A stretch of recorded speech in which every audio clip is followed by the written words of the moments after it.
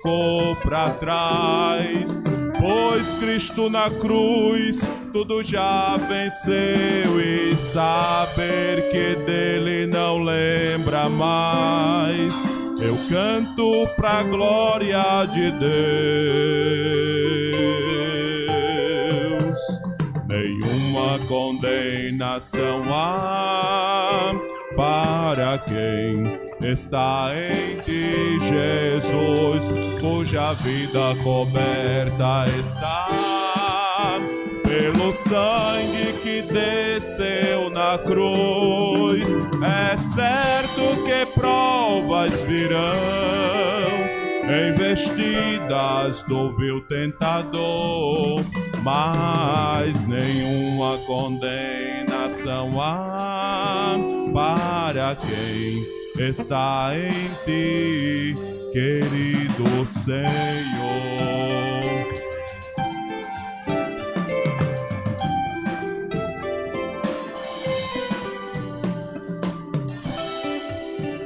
Amém, meus irmãos. Saúdo a igreja com a paz do Senhor. Estou muito alegre. Estou aqui, eu acho que pela segunda vez, mas para cultuar é a primeira. E agradeço a Deus, ao pastor Hélio pela confiança, ao pastor Elmi, aos demais companheiros aqui presentes. Deus abençoe a todos. E gostaríamos de trazer uma reflexão simples, singela, porque eu, para pregar na frente do pastor Elmi, eu já fico com as pernas tremendo. Amém, irmão? É o meu professor. Abra sua Bíblia aí, primeira carta de Paulo aos Coríntios. Está ali meu amigo Caio.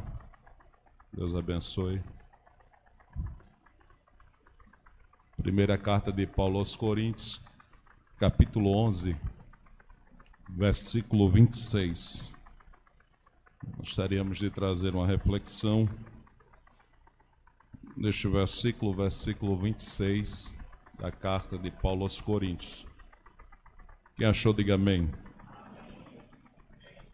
Porque todas as vezes que comerdes este pão e beberdes esse cálice, anunciai a morte do até que venha. Meus irmãos, sabemos que esta carta, segundo a cronologia bíblica, foi escrita primeiro do que os evangelhos sinóticos. Alguns dizem que é uma revelação direta, porque o versículo 23 vai dizer assim: o que eu recebi do Senhor, eu também vos ensinei. Que o Senhor, na noite que foi traído, tomou o pão, o abençoou, e ele vai dizer também, usando a expressão, fazer isto em memória de mim. Nós vemos que o apóstolo, ele vai falar desses dois símbolos. Sabemos que a Santa Ceia é uma ordenância de Cristo, e esta ordenância, Paulo vai falar aqui, dizendo dos dois elementos, dizendo assim: todas as vezes que comerdes este pão e bebedes este cálice, anunciai o que? A morte do Senhor, até que venha. Nós vemos que Paulo mostra aí, ou fala, do sacrifício vicário de Cristo. A ceia tem cerca de 3 tempos, nós poderíamos falar desta forma. O primeiro está inserido no sacrifício.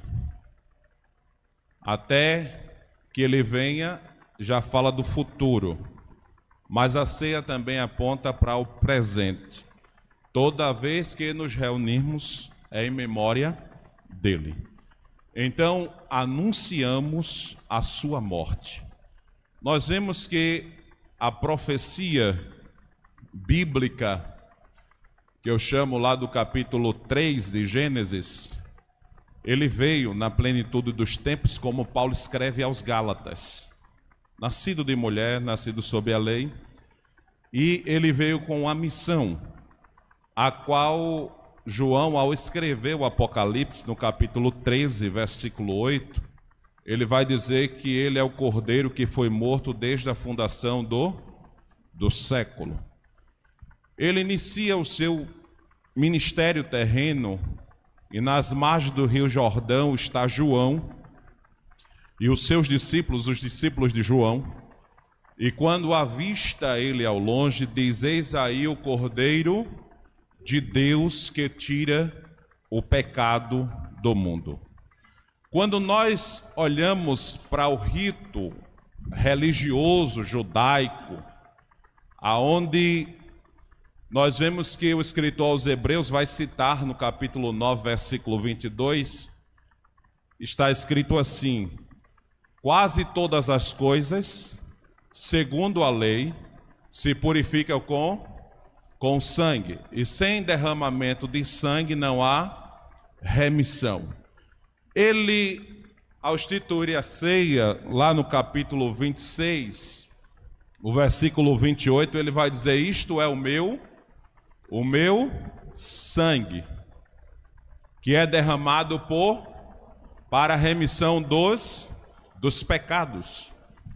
Ele vai dizer que o sangue da nova aliança, do novo concerto, pode perdoar os pecados. Mas na antiga aliança, no rito mosaico, o sangue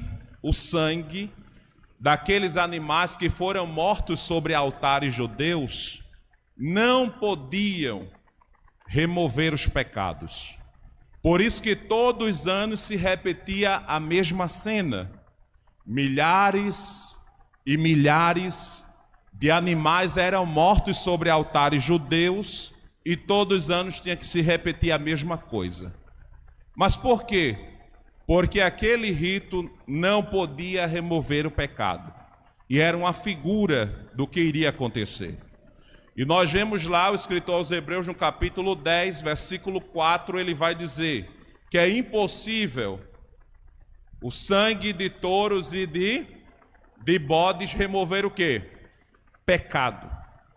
Mas a ceia aponta justamente para o passado, falando do seu sacrifício, que ele verteu o seu sangue na cruz do Calvário para nos resgatar. E nós vamos ver lá em 1 João 1,7, se andarmos na luz, como ele na luz está, nós temos o quê? Comunhão uns com...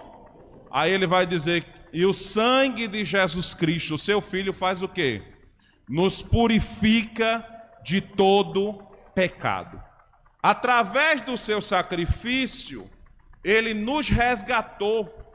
A cédula que nos era contrária, Paulo vai escrever aos Colossenses 2,14, foi cravada no madeiro.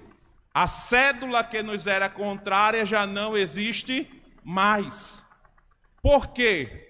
Ele, através do seu sacrifício, do seu sangue, ele nos purificou.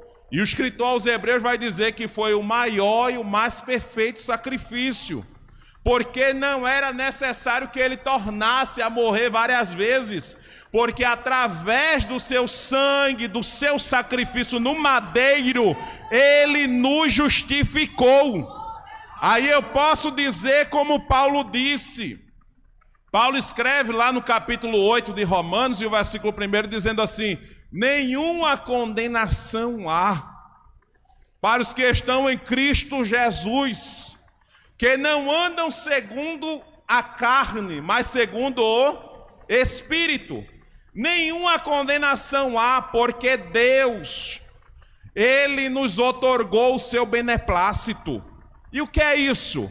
É a bondade de Deus para com as nossas vidas. Nós não merecíamos, estávamos destinados à morte, porque Paulo vai dizer isso no capítulo 3. Todos pecaram e destituídos estão o quê? Da glória de Deus. Mas ele vai dizer no capítulo 5 que por um homem entrou o pecado por isso que todos pecaram. E veio o que? A consequência, a morte, que veio de Adão até sobre Moisés e até sobre aqueles que não cometeram tal transgressão.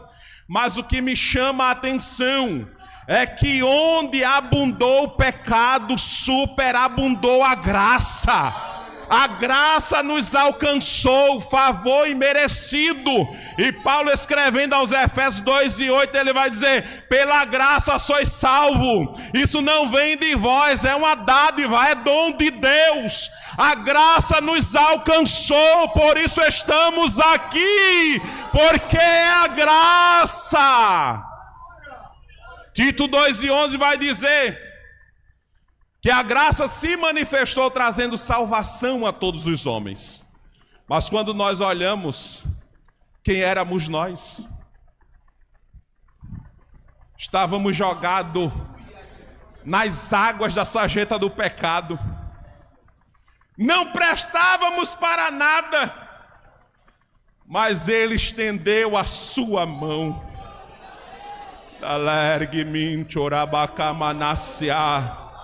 Ele nos tirou do lamaçal do pecado, abriu o chuveiro da graça e nos deu um banho com o seu sangue. E hoje eu posso dizer: livre estou, pela graça de Jesus, livre estou. A graça nos alcançou. A Santa Ceia também aponta para o presente. Nós vemos que a Santa Ceia, quando aponta para o presente, está falando de comunhão, koinonia, no sentido vertical e horizontal. A expressão comunhão, a unidade da igreja. Mas precisa-se ter comunhão vertical e horizontal. Salmo 133 vai dizer assim: ó, quão bom e quão suave é que os irmãos vivam em união. É como o quê? Como óleo que desce aonde? Na cabeça, sobre a barba de Arão. No costume da separação para o sacerdócio era derramado óleo sobre a cabeça. E eu vi uma vez o pastor Antônio Gilberto, em uma de suas mensagens, dizendo que o óleo na cabeça fala da purificação do intelecto. Óleo sobre a barba fala da purificação do caráter. E nós observamos de forma clara. O sábio Salomão, escrevendo em Eclesiastes, ele diz: em todo o tempo sejam alvos os vossos, e nunca falte o óleo sobre a vossa. No sentido da comunhão horizontal, nós vemos que devemos ter comunhão uns com os outros. Nós já citamos aqui 1:7 de 1 João. Se andarmos na luz como Ele na luz está, temos o quê? Comunhão uns com os. E o sangue de Jesus Cristo, o seu Filho, nos purifica de todo pecado. Mas nós observamos, quando eu falo de comunhão, vida de santidade, de pureza, no sentido da comunhão vertical. Devemos estar conectados. É o hino da harpa cristã, guarda o contato. Amém, irmãos? Para cercarmos a mesa, temos que estar em comunhão com Ele. Amém? Não só com Ele, mas também no sentido horizontal, com o meu irmão. A Bíblia vai dizer assim: segui a paz com e a santificação, sem a qual ninguém verá o Senhor. Observe bem quando eu falo de santificação. A santificação passada, presente, fala da santificação progressiva. O sábio Salomão, escrevendo em Provérbios, ele vai dizer que a vereda do justo é como a luz que brilha, brilha até se tornar dia perfeito. Isso está falando de uma vida contínua. Nós vemos que Paulo vai usar a expressão dizendo assim: aquele que começou a boa obra, há de aperfeiçoar. Agora abra sua Bíblia comigo, 2 Coríntios, capítulo 7. Versículo 1. Ora, amados, Pois que temos tais promessas, purifiquemo-nos de toda o quê? Da carne e do... Aperfeiçoando o quê? No temor de quem? Aperfeiçoando a santificação. Santificação progressiva. Quem for santo, se santifique mais. É isso que está falando o texto. Quando eu falo do sentido em comunhão vertical com Deus e também com o próximo, Santa Ceia significa isso no presente. Se eu vim aqui cercar a mesa e tenho alguma coisa contra o meu irmão, eu preciso me retratar com ele. Porque precisamos cercar a mesa em comunhão. Amém, irmãos? O que é que Atos dos Apóstolos vai nos dizer? 2:42. O que é que nos diz? Seguiam o quê? Na doutrina dos apóstolos, no partir do pão, e o que mais? Na comunhão e em cada alma havia o quê? Temor. Nós devemos estar bem com os nossos irmãos. Nós não viemos a um culto qualquer, estamos numa santa ceia. É um dos cultos que eu considero, e aprendi assim, um dos maiores cultos. Porque Paulo disse, todas as vezes que comedes o pão e bebedes o cálice, estás o que? Anunciando a morte dele. E se não fosse a morte dele, nós não estaríamos aqui. Mas para cercar a mesa é preciso estar em comunhão.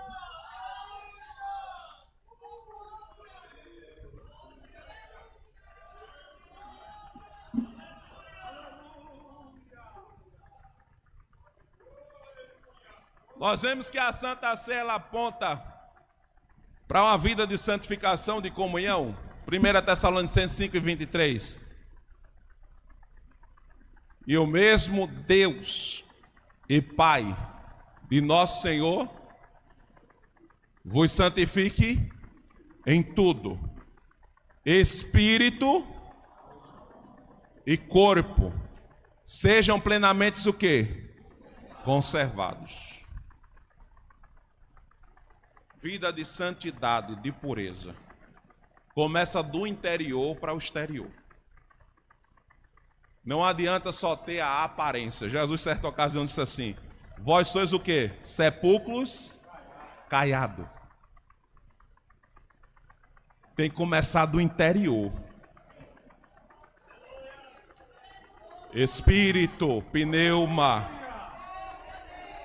alma, psique, corpo, soma, uma santificação total, porque esta é a vontade de Deus. A Bíblia vai dizer, a vossa santificação é a vontade de Deus. Então cercar a mesa, pegar o pão, comer do pão, não é algo qualquer.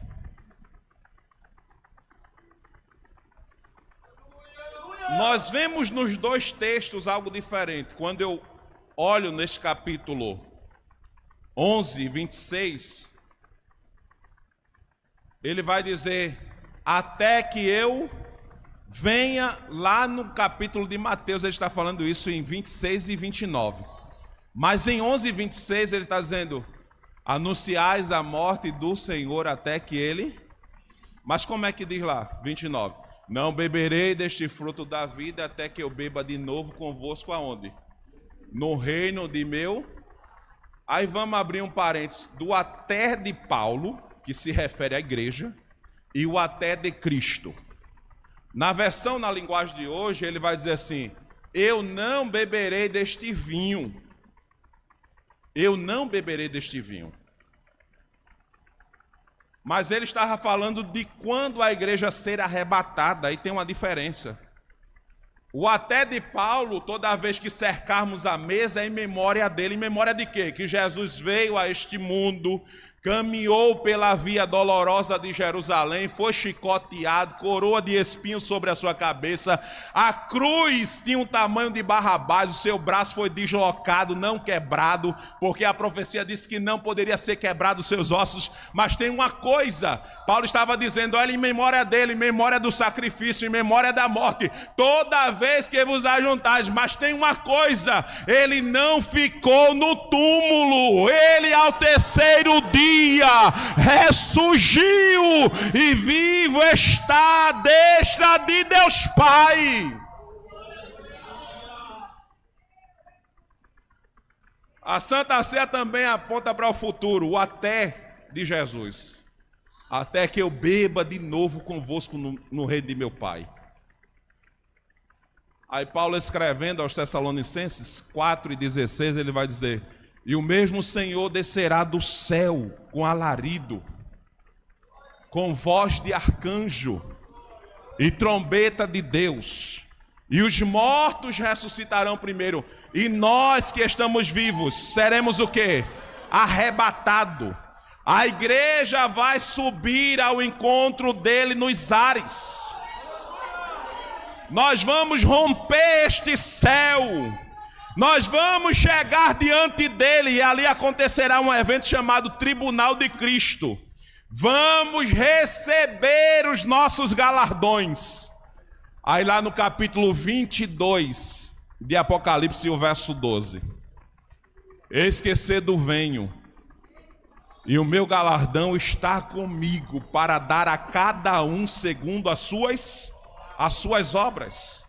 Aí ele vai dizer no versículo, parece-me que é o 15: bem-aventurados os que lavaram as suas vestiduras aonde? No sangue do Cordeiro. Entrarão na cidade pelas portas. Aonde está a igreja que vai chegar lá? Este dia está próximo de se cumprir o até de Cristo. Sabe, Salomão, escrevendo no capítulo 2, versículo 4, alguns teólogos até dizem assim, que não era uma mensagem só para a sunamita, era uma profecia para a igreja. Ele diz: entra na sala do banquete, aonde o estandarte é o amor. Quando eu paro para observar, a ceia vai acontecer. A noiva estará nas bordas do Cordeiro. E o Senhor Jesus será o diácono que vai servir a noiva. E este dia está perto. Os sinais já nos alertam. Os nossos corações despertam. Pois a vinda é bem certa de Jesus. Que possamos estar ligados, porque este dia vai acontecer. E a igreja que vai participar nas bordas do Cordeiro da ceia, vai ser um privilégio muito grande. Andar por ruas de ouro e cristal, sentar à mesa e participar do grande dia do Senhor. E há um hino que diz assim: muito breve vai sair uma notícia que um povo desapareceu. Era um povo muito humilde que aqui muito sofreu. Este povo era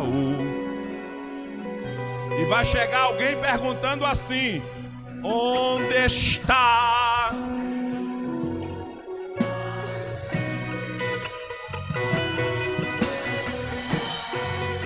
Se vê nenhum irmão, alguém com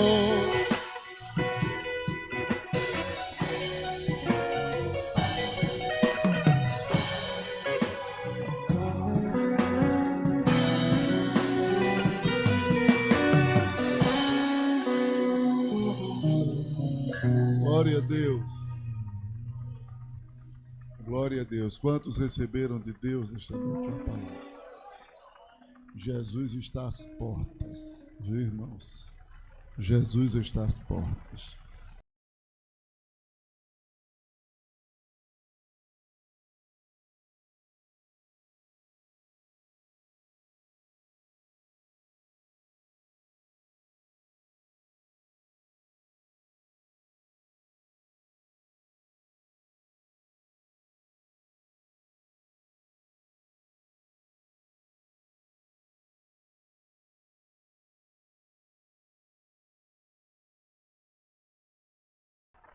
Vamos orar pelos dizimistas e ofertantes da casa do Senhor. Nesta oração, não esqueçam de estar orando também, amém, pelos aqueles que estão contribuindo para o pagamento dessas poltronas. Tem sido uma bênção. Tem irmãos que, além do dízimo, eles contribuem todos os meses para ajudar no pagamento das poltronas. Quero convidar aqui o presbítero César para estar orando pelos dizimistas e ofertantes, e a família Vila Nova vai louvar Jesus com o hino.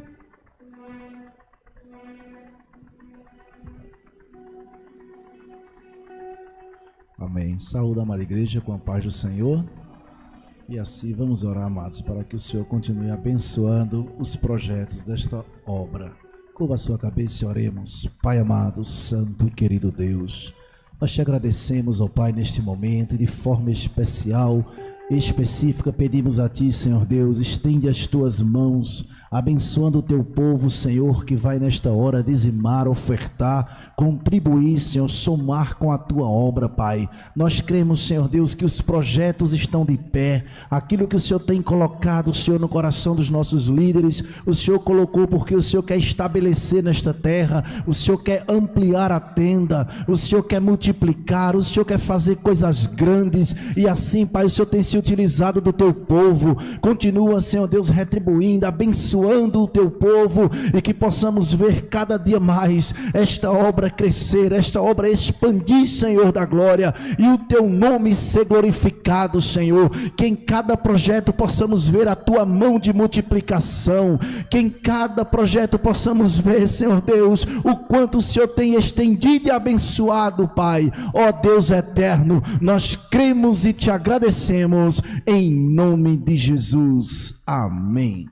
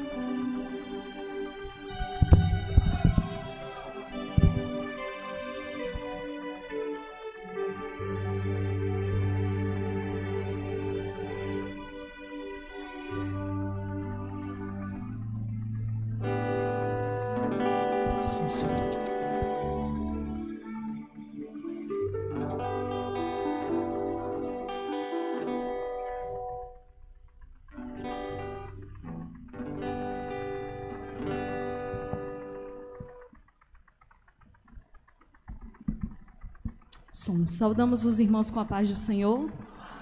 Vamos louvar a Deus. É um hino bastante conhecido e antigo. Eu acredito que os irmãos conhecem.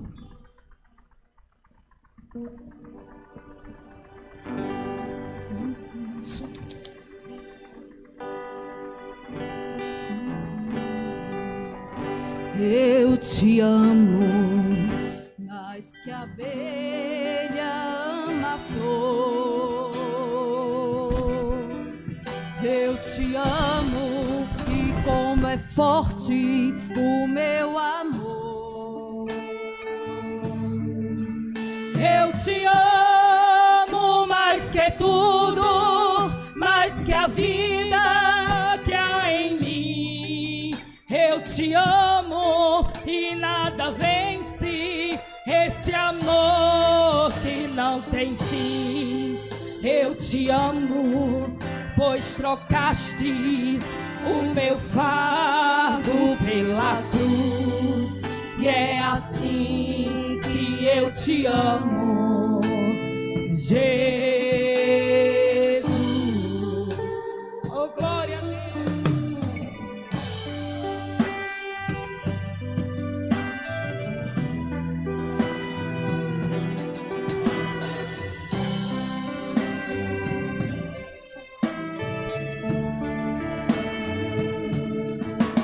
Eu te amo.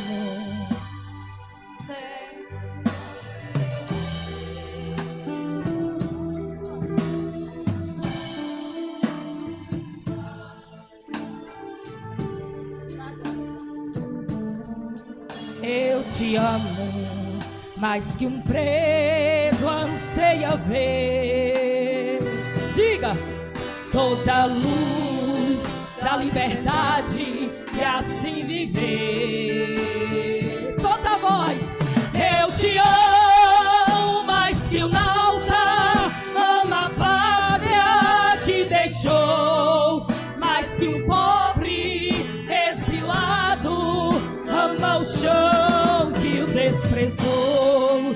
Eu te amo, mais que um cego possa desejar a luz. E é assim que eu te amo, Jesus.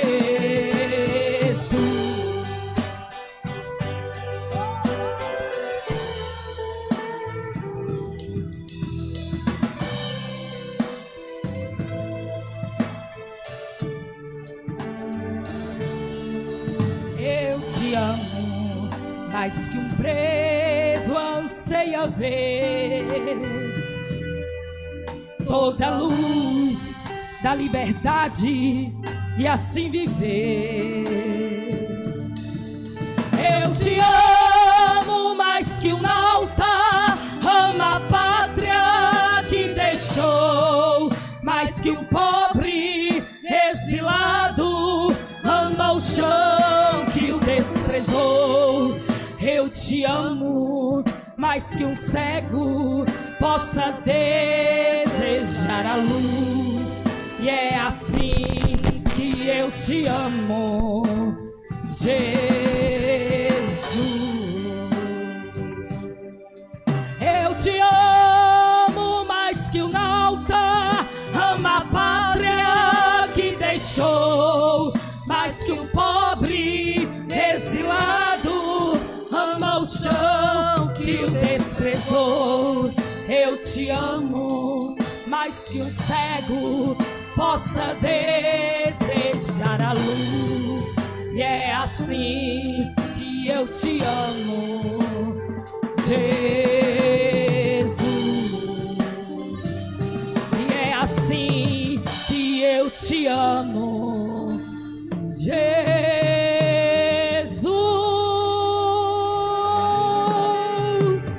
Deus abençoe.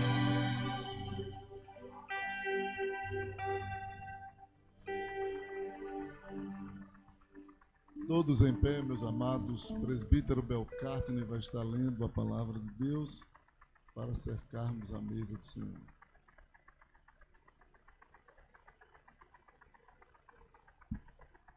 Eu quero saudar a igreja com a paz do Senhor Jesus, igreja. Amém.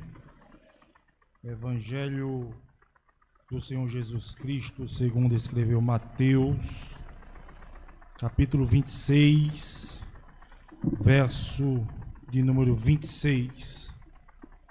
Evangelho do Senhor Jesus Cristo, segundo escreveu Mateus, capítulo 26, verso de número 26, que diz: enquanto comiam, Jesus tomou o pão e, abençoando, o partiu e deu aos discípulos e disse: tomai comei, isto é o meu corpo. E tomando o cálice e dando graça, deu-lhes dizendo, bebei dele todos, porque isto é o meu sangue, o sangue do Novo Testamento, que é derramado por muitos para a remissão dos pecados. E digo-vos que, desde agora, não beberei